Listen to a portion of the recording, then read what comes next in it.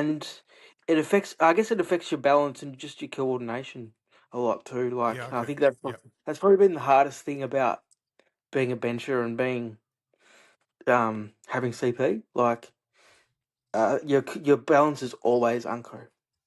Like it gets better, but it's always a bit uncoordinated. Yeah. Yeah. Yeah. And now people always, when we hear balance, and this is sort of the privilege coming through, most people always think standing balance, but it's not just standing up, is it? Like there's balance issues on a bench too, like in Well, terms of yeah. stabilizing and stuff like that. Stabilizing. I got to a situation where I had, I guess, because I didn't balance with my glutes and lower body to the best of my ability because it was weaker.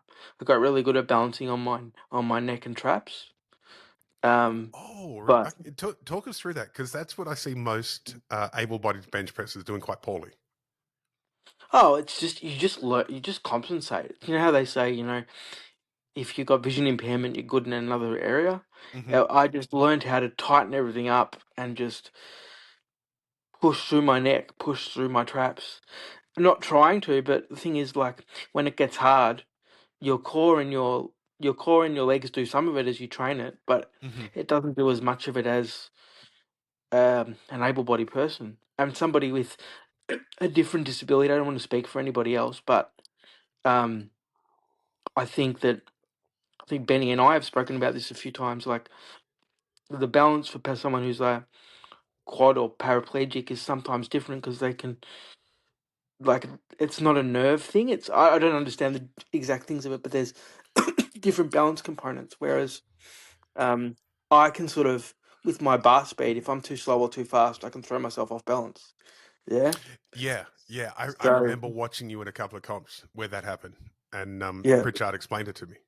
He said, yeah. Yeah, yeah. That's it's So just narrow. Like it's already hard, and the weights that you were lifting are already difficult for everybody. Like they're not light yeah, weights, and it just seemed to be that your margin for error like virtually doesn't exist. You had to be really really precise.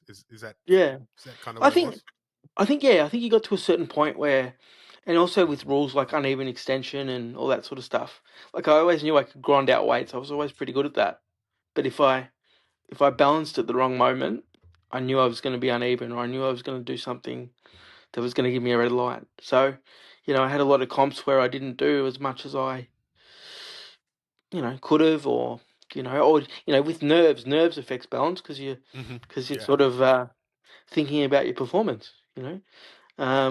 But look, I guess for me, it's probably the thing that I'm the most proud of. I mean, there's a lot of people in the sport that have, I guess, got not a lot, but got to my level maybe quicker or at a shorter time frame. But I guess I've seen. I don't think in my time in lifting, I've seen as many people with CP. I guess on the No. international stage. Yeah.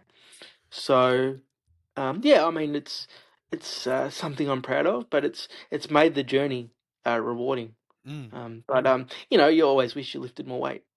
But I think that's yeah, everybody. I don't think there's a yeah, person in powerlifting that's quite happy or satisfied with how much they lift. I bet you Jimmy yeah, Kolb is still going, yeah, I want 10 more pounds. yeah. That's it. Yeah.